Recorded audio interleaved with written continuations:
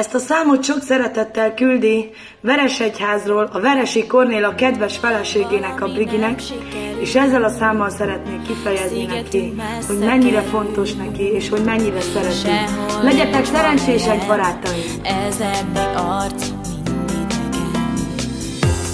Veled más a világ, senki nem érti talán, hogy miért hajt ez a vágy, pedig ma már más ölel át. Nincs semmi